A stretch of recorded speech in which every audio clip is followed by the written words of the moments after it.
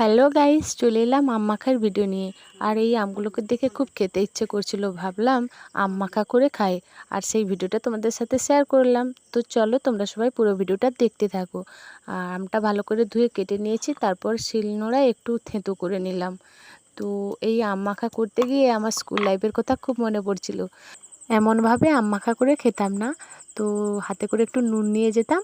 তো বান্ধবীরা সবাই মিলে কাঁচা আম কামড়ে কামড়ে খেয়ে নিতাম। তো চলো আজকে আম মাখাটা একটু অন্যভাবে করব।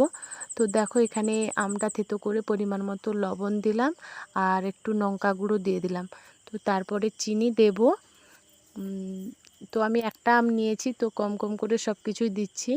আর একটু সরষের তেল নিয়েছি, আর তারপরে দুটো কাঁচা লঙ্কা, আর একটু কালো সর্ষে বাটা। তো এতে খুব টেস্ট হয়, সর্ষে বাটাটা দিলে খুব টেস্ট হয়। আর তারপরে আমি সবগুলো একসঙ্গে মাখিয়ে, তো দেখো কালারটা এসেছে, দেখো কত সুন্দর। তো তারপরে আমি এটা একটু 5 মিনিট মতো রোদে বসিয়ে দেব। তো তারপরে খেতে এত সুন্দর লাগবে, তোমাদের কি বলবো।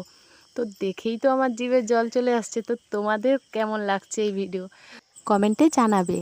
আর কারো যদি খেতে ইচ্ছে করছে, তো বাড়িতে এমন করে আম মাখা করে খাও, তো খুব সুন্দর লাগবে। আর আমার একজন বান্ধবী দেখছে আমি জানি, তো তার দেখে তো জিভে জল চলে আসবে। তো আমি একা বসে বসে খাই আর তোমরা দেখো।